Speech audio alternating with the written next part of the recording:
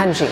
There are tens of thousands of them, and despite having been around for thousands of years, they still remain a real nightmare for anybody willing to learn Chinese or Japanese. But do they truly deserve their reputation? And most importantly, is it really indispensable to learn the characters to master these languages? Let's find out. Hi folks, and welcome back to the channel. If it's your first time here, my name is Jihan. I am a language enthusiast currently focusing on the Japanese language, but this channel is about anything language related, so if these topics interest you, please consider subscribing to the channel. You can also find me on Instagram, where I sometimes publish comics related to language learning. Now, I know what you must be thinking. Well, you're quite inconsistent. Haven't you made several videos about how important kanji is to learn Japanese? And haven't you dedicated entire months to studying just Joyo kanji without doing anything else? Well, obviously the answer is yes to all these questions, but today we're actually considering this topic from another perspective. I've been studying Japanese for almost 3 years, and over the past 3 years I have met and made friends with several Japanese people. And the same thing consistently comes back when we're talking about kanji. They usually say that they cannot write them anymore. Of course, we may consider that nowadays people use keyboards and they do not really write down things on paper anymore, so it's easier to forget how to write things as complex as Chinese characters as opposed to the letters of an alphabet. And this is true. But we also have to remember that the Japanese people have dedicated at least 12 years of their lives to writing down kanji. And despite this, they still struggle. Of course, they can still write down the most common ones or the ones that come back most often in their daily lives. But some also say they still struggle with characters that are not that complex. There is a very interesting sequence on Japanese TV where you see Ikura and Ayase from the duo Yoasobi answering questions using a board. While Ikura tried to write everything possible using kanji, Ayase wrote almost everything using hiragana. There is even a more telling sequence where Ikura writes down an answer but ends up writing the rest of the word, in this case katsuyaku, in hiragana because she couldn't get the second kanji right. Another time I was texting a friend, and instead of writing denwa bango, I wrote densha bango. I texted her that I had made a mistake, but she responded that she had not even realized it.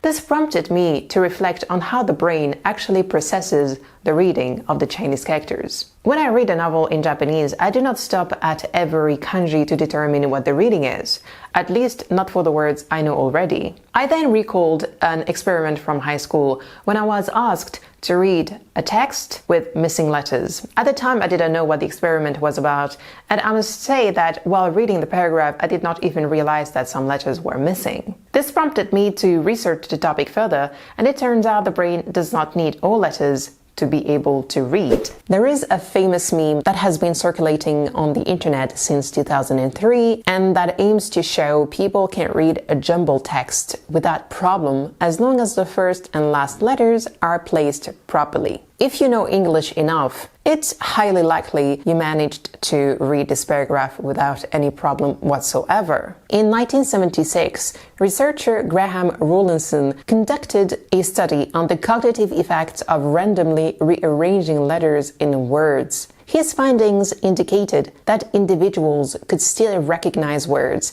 even when the middle letters were scrambled. But he also found several caveats, notably that it's easier to do with shorter words, likely due to the fewer variables involved. He also showed that short function words like and, the, a, which contribute to the grammatical structure, tend to remain unchanged because they're so short, which tends to help the reader understand the structure of the text better. It's also much easier to do when switching adjacent letters. For instance, it's easier to read this than this. The meme in question does not jumble words to create new ones. Importantly too, the altered words in the study mostly retained the original sound. Finally, he also showed that it's easier to do when the text exhibits a reasonable level of predictability in terms of word recognition. Now, researchers aren't entirely sure why and how the brain manages to make sense of things that at first glance seem completely nonsensical. But a very likely hypothesis is that the brain relies on context and fills gaps based on what comes next. Now, you're probably thinking, well, great, but why are you telling this to us? Well, another finding is very important. And this finding is that the shape of a word is a key factor. For instance, the study shows that mixed case text, such as alternating caps, poses a challenge as it significantly alters the shape of a word, even when all letters are correctly positioned. You can see with this example how effectively randomizing the middle letters of words can make the text exceedingly difficult to read. If you give it a try, you will realize that it's much harder to read than the previous example. Now, to get back to the topic, these findings, meaning the importance of the shape of a word and the importance of the predictability of the message, may help us understand why my friend read densha bango as denwa bango. First, the shape of the word is similar, and second, there is a high degree of predictability in the message. I realized this again recently when I came across this word, bobaku. I was almost sure of the reading of the first kanji due to the presence of this character, which would most likely be read mo or bo. But I was confused reading the second one, which is highly surprising, I realized later on, because I read the word sabaku without any trouble whatsoever in the subsequent article. Why? Probably because the compound sabaku was preceded by the word Sahara. The jukugo, the kanji compound, thus had a high degree of predictability in the context of the article.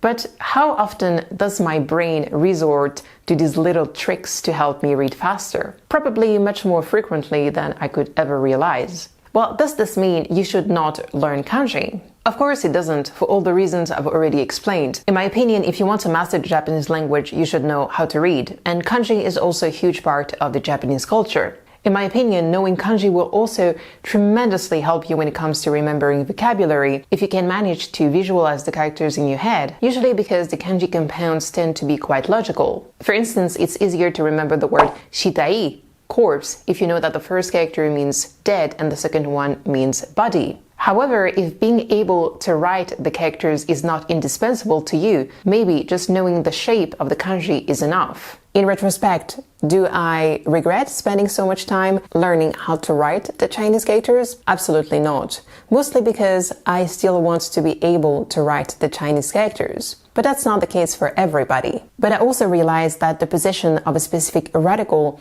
in a more complex kanji is not what my brain focuses on to make sense of it. I also realized that writing down vocabulary is not the only way to expand your lexicon. For instance, while I tend to remember the word shitai better if I visualize the characters in my head, my brain operates in a different way when it comes to the word hokago, for instance, because I've heard the word so many times in Japanese anime or dramas that it still resonates in my ears and I do not forget the word.